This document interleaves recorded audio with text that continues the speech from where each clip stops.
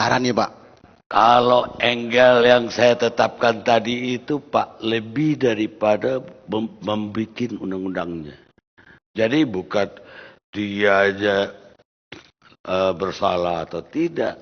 Undang-undangnya sudah salah dari awal. Harusnya tidak pidana, dipidanakan. Harusnya dikasih pasal fiat excuse, tidak ada. Jadi, maka saya katakan, ini bukan jaksa dan polisi, tapi lebih ke pembuat undang-undang. Jadi yang kita nggak panggil saksinya, tidak undang. Tapi kita ada dituduh pasal apa? Itulah saya bilang saran Pak ya. Ya. Monggo mau dipakai silakan, nggak ada masalah ya. Ya. Nah yang kedua, saya sedikit juga mengomentari apa yang diharapkan Pak Karni, bahwa dalam kasus iPad ini kita juga harus paham betul bahwa jaksa ini kan hanya menerima berkas perkara dari penyidik. Polisi. Ya, jaksa hanya meneliti apakah berkas ini formal dan material memenuhi syarat untuk dibawa pengadilan. Itu aja. Jaksa tidak tahu latar belakang bagaimana proses yang ada di penyidikan. Jadi sepanjang dalam berkas itu, karena jaksa ini adalah pasal undang-undang ya Pak ya, sepanjang dalam berkas ini ditemukan fakta yang menggambarkan adanya perbuatan seseorang dan alat bukti yang jelas, undang-undang jelas, pelanggaran jelas, formal material memenuhi syarat, pasti akan dibawa pengadilan. Masalahnya nanti pada saat mau mengajukan tuntutan, itulah yang sangat dominan adalah bagaimana proses persidangan itu, apa yang ditemukan dalam proses persidangan, kan itu. Nah lebih-lebih Pak Jaksa itu wanti-wantinya tegakkanlah hukum dengan mengedepankan hati nurani. Oleh karena itu tentunya pada saat mengajukan tuntutan inilah dengan segala pertimbangan yang komprehensif akan dilihatnya dari sisi keadilannya, kemanfaatannya, kepastiannya. Ini akan dilihat. Itu ideal sekali Pak. Artinya Jaksa Agung tadi itu ideal sekali. Ya. Tapi yang saya sayangkan kenyataannya yang dialami Ibu Prita, ya, itu tidak lagi mengedepankan rasa keadilan tadi. Seharusnya kejaksaan menurut saya dalam Ibu Prita sudah tahu bahwa ini pasal kurang ayat dan memilih keadilannya, bukan hukum positifnya. Terus dalam Rian dan Randi dan Dian, malah jaksa yang menahan mereka berdua. Polisi gak nahan, tapi jaksa menahan. Padahal gak ditahan pun gak lari dia. Ya. Jadi, maksudnya komentarnya gitu. Ya. Komentarnya gitu Pak ya. Ya. Ya. Jadi begini. Memang kalau kita kembali kepada ini pasti kita akan punya landasan yang ada dalam undang-undang. Ada dua alasan yang dipertimbangkan, pasti kan, alasan subjektif dan objektif. Objektif jelas ketentuan undangnya memungkinkan, karena ancamannya 5 tahun. Subjektifnya adalah adanya keadaan-keadaan yang menimbulkan kekhawatiran-kekhawatiran untuk melarikan diri dan sebagainya. Nah, dari hasil saya bertemu dengan jaksanya, saya panggil jaksanya, saya ingin tahu apa pertimbangannya. Dia mengatakan demikian, bahwa ada keadaan-keadaan yang menimbulkan kekhawatiran untuk melarikan diri. Apa itu? Ketika polisi penyidik menyerahkan tahap kedua, itu informasinya bahwa yang bersangkutan ini sempat tidak hadir pada saat hari H mau dibawa ke kejaksaan. Karena kewajiban melapor itu tidak dipenuhi. Ini informasinya. Jadi saya beranggapan bahwa itu adalah salah satu dari keadaan-keadaan yang menimbulkan kekhawatiran. Nah ini saya perhatikan karena dari hasil. Ya. Saya minta tenang. Pak Nur Ahmad ya ke Puspenkum. Jadi ini cerita yang dia dapat dari jaksa penuntut. Tentulah.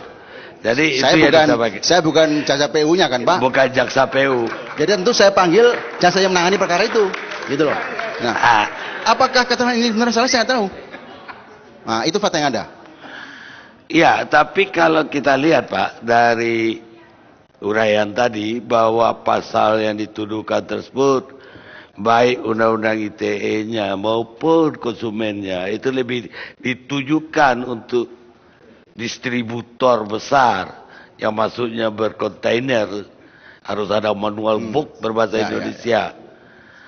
Kan seharusnya jaksa dengan bertimbang keadilan nih orang pribadi jual satu. Jangan-jangan anak jasa PU juga jualan begitu satu-satu. Iya ini Pak, kenapa Saya paham ini. nggak ada perasaan kasihan gitu loh Pak? Ya, itulah Pak saya bilang bahwa dalam mengajukan tuntutan pidana itulah nanti dilihat apa temuan dalam persidangan itu. Kalau tadi yang disampaikan bahwa pada akhirnya ternyata salah dalam menerapkan pasal, kan juga ini temuan dalam fakta persidangan. Inilah yang menjadi pertimbangan nanti bagaimana tuntutan pidananya. Kan begitu Pak? Iya. Ya. Tadi Bapak mengatakan dari awal bahwa jaksa itu kan hanya mencek apakah BAP jaksa polisi udah benar atau tidak. Tapi juga supervisi loh Pak. Mensupervisi polisi. Ya. Apa yang dilakukan jaksa ketika mensupervisi pemeriksaan? Supervisi itu tahapannya ya. Ya, ketika polisi memberitahukan ada penyidikan, ya memang memantau. Pemantauannya itu paling-paling dalam bentuk kalau memang formal materinya belum memenuhi kita beri petunjuk. Itulah bentuk-bentuk supervisi yang ada. Nah, Apa ya polisi menolak kata beliau kalau disupervisi? ya, saya tidak mengatakan apakah belum menolak, tapi yang jelas ketika ada petunjuk kan juga tidak selamanya petunjuk itu dapat dipenuhi oleh penyidik. Begitu Pak Karni. Sekarang ini apa pengarahan dari Kejaksaan Agung terhadap kasus Randy? iPad. Sama seperti yang saya katakan tadi bahwa ini kan dalam proses persidangan. Tentu gali semaksimal mungkin di dalam proses persidangan itu. Kita kan ingin cari kebenaran material. Nah, itulah kedepankan yang namanya hati nurani dalam Pak, nanti menuntut kalau hukum kita orang cari kebenaran material orang anak dua itu ya. terbukti dengan meyakinkan Pak. Tapi kalau kita kembali ke hati nurani tidak layak diadili. Itulah saya bilang sepanjang itu adalah temuan dalam proses persidangan, ya Pak ya. Tentu itu akan menjadi bahan pertimbangan dalam mengambil putusan nantinya. Gitu. Pak Karni, saya dari lawyernya. Ya, Sedikit saya mau koreksi pernyataan dari kejaksaan Pak Nur Rahmat. apa? Jadi tadi kalau dibilang masalah hukum acara, kalau kita bicara materi kan mengadili proses persidangan itu sendiri. Kita bicara proses hukum acaranya sendiri. BAP yang kita lihat, saksi 3 orang adalah penyidik. Penyidik saling memeriksa penyidik sendiri. Ya, yang mana saksi, yang mana penyidik? 3 orang. 3 orang itu saksi penyidik murni. Saksi satu lagi tadi di sidang dipaksa-paksa oleh kejaksaan adalah istri dari terdakwa saudara Dian. Kami keberatan. Jaksa memaksa terus dengan memanipulasi. Dia bilang itu untuk saudara Randy, tapi perkaranya tidak di-splitsing, tidak bisa dimanipulasi seperti itu. Itu yang kedua. Yang ketiga, dalam BAP jelas sekali polisi rupanya punya mesin waktu. Pemeriksaan BAP dimulai jam 12. Di bawahnya dia cerita jam 1 saya nangkep orang. Mulai jam 12, 12.15, 12.30. 3 orang penyidik itu saling memeriksa antar mereka sendiri. Dan mereka bilang jam 1 saya nangkep orang. Jadi apa tidak bingung kami di persidangan di situ. Jadi dengan berkas seperti itu bagaimana dilakukan P21? Itu pertanyaannya. Kalau banyak pelanggaran harusnya dakwaan batal demi hukum. Terima kasih. Baik, mungkin Pak Nur Rahmat boleh jawab langsung. Ya, saya pasti akan kembali kepada ini kan penilaian dalam proses persidangan. Saya pikir sekarang sedang berjalan. Ya, kita serahkan proses yang berjalan.